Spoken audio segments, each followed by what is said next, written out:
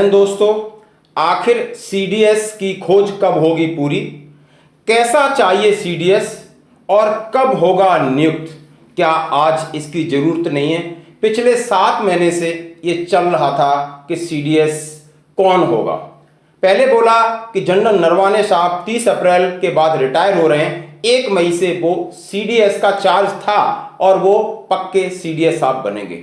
आइए हम समझते हैं कि आखिर सरकार को कैसा सीडीएस चाहिए। सेना का सीडीएस चाहिए या मिला जुला सीडीएस चाहिए।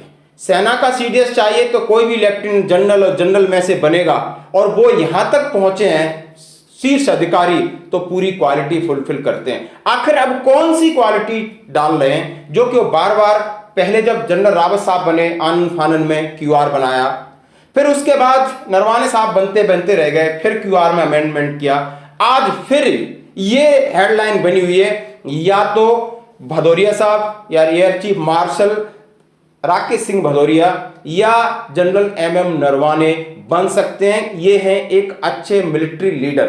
फिर मिलिट्री लीडर चाहिए या लीडर चाहिए, आइए हम थोड़ा सा बोर्ड पर समझ लेते हैं दोस्तों। जैसा कि हम बात करते हैं कि सीडीएस साहब की नियुक्ति कब, चीफ डिफेंस स्टाफ यानी तीनों सेनाओं का सेना प्रमुख, यानी तीनों सेना एयरफोर्स, आर्मी चीफ और नेवी चीफ के ऊपर बैठते हैं CDS, chief of defence staff, सेनाओं का प्रमुख, सेना प्रमुख। बहुत बड़ी चीज, ये सबसे इंपॉर्टेंट चीज थी थिएटर कमांड के लिए। Theatre command, integrated theatre command जो ईस्टर्न और नॉर्दर्न अप सेक्टर में चाहिए थी, जहां पर बहुत सारे डिस्प्यूट हैं चाइना के साथ, पाक के साथ। अब चाहिए कि एकीकृत कमांड होकर के तीनों सेनाएं कहीं ना कहीं मिलके जुल के लड़े, सामंजस्य बिठाएं, कोऑर्डिनेशन के साथ लड़े, चाहे वो ग्राउंड अटैक है, चाहे एयर अटैक है, चाहे आपका नेवल अटैक है।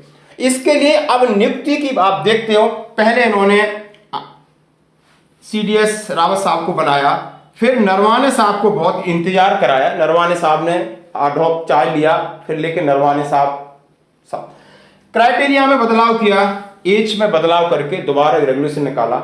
40 नाम की शॉर्ट लिस्ट भी रक्षा मंत्री जी ने बताया, लेकिन अभी तक इसकी कोई भी घोषणा नहीं है। अब एक निकल के आ रहा है, क्यों न चीफ मार्शल भदौरिया साहब या जनरल नरवाने साहब के बीच में एक को सीडीएस बना दिया जाए। जब इनके बारे में आज इतनी आप न्यूज पढ़ सकते हो, उसमें लिखा है कि दोनों अच्छे मिलिट्री लीडर्स हैं, उनके पास पूरी फॉरेन क्वालिफिकेशंस हैं, उनके पास पूरा बैटल एक्सपीरियंस है, फिर क्यों न इनमें से किसी को नियुक्त किया जाए। क्या अब फिर बदलाव होगा? आखिर सरकार चाहती क्या है? आखिर सरकार को चाहिए मिलिट्री लीडर या पार्शियल मिलिट्री लीडर। सेना में वरिष्ठता को कभी नजरअंदाज नहीं किया जाता, ये सेना की खूबी और खासियत है। जो वरिष्ठ है वही श्रेष्ठ है। यदि वरिष्ठ रिटायर हो जाता है, उसके दूसरा वाला वरिष्ठ है वो श्रेष्ठ पद पर रहेगा। लेकिन आखिर इतने एक्सपेरिमेंट की जरूरत क्या थी? यदि एक्सपेरिमेंट है तो अभी तक इसकी घोषणा क्यों नहीं हुई? आपके चाहिए कमेंट्स। धन्यवाद दोस्तों।